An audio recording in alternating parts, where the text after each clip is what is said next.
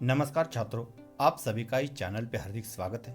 मैं हूँ गंगाधर हंडे और आज हम इस वीडियो के माध्यम से सेतु अभ्यासक्रम के अंतर्गत कक्षा 9वीं आखिरी दिन मतलब 44वें दिन का अध्ययन करने वाले हैं। कसौटी क्रमांक 3 जो है वह हमने इससे पहले अपलोड की है। इसके बाद सेतु अभ्यासक्रम का अध्ययन करने के बाद हम आगे चलकर हिंदी व्याकरण पर आधारित अलग अलग वीडियो बनाने वाले हैं। इसके साथ साथ कृति पत्रिका कैसी हल करनी है इसके वीडियो हम आगे चलकर बनाने वाले हैं। तो इसीलिए जो छात्र इस चैनल पर है वह चैनल से जुड़े रहे और जिसने इस चैनल को सब्सक्राइब नहीं किया वह सब्सक्राइब कीजिए ताकि आगे चलकर कक्षा 9वीं और 10वीं के लिए महत्वपूर्ण वीडियो इस चैनल पर अपलोड किए जाएंगे। तो आज के लिए सत्र है श्रवण, भाषण, संभाषण और लेखन। आज के लिए अपेक्षित कौशल्य जो है वह छात्र संस्मरण, सुनने सुनाने में रुचि लेंगे। इसके साथ साथ छात्र पढ़ी हुई सामग्री पर चर्चा करेंगे, सहमति असहमति प्रकट करेंगे। आज के लिए संकल्पना है गद्य। तो आओ पता करें।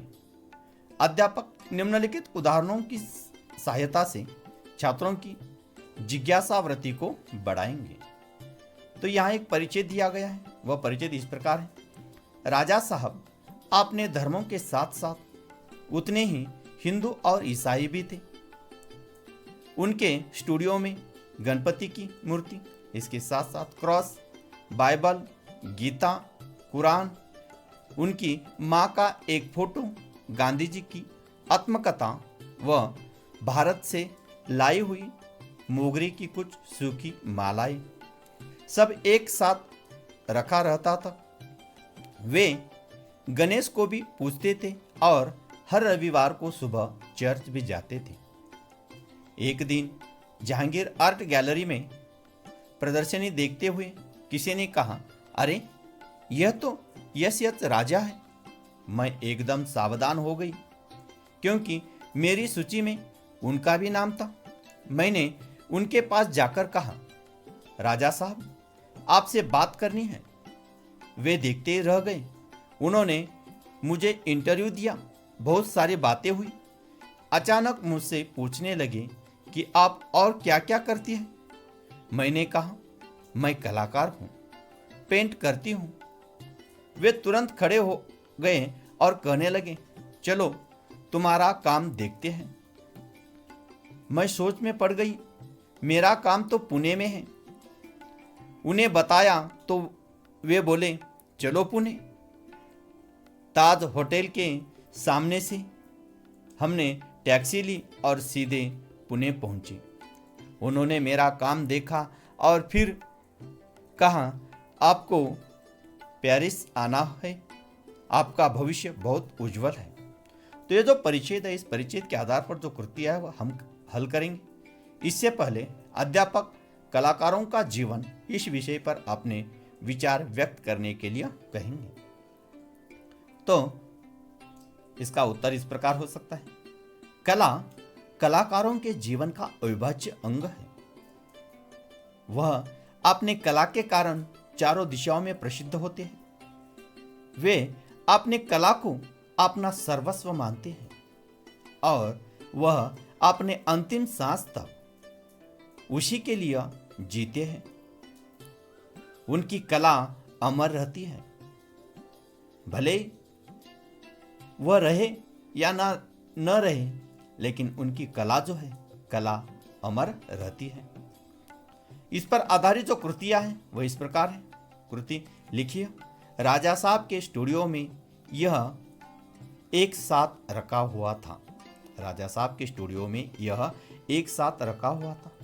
तो इसमें पहला है गणपति की मूर्ति, इसके साथ साथ गीता, माँ का एक फोटो और बाइबल। गणपति की मूर्ति, गीता, माँ का एक फोटो और बाइबल। अध्यापक छात्रों से किसी प्रसिद्ध चित्र के बारे में अपने मित्रों से चर्चा करने के लिए कहेंगे।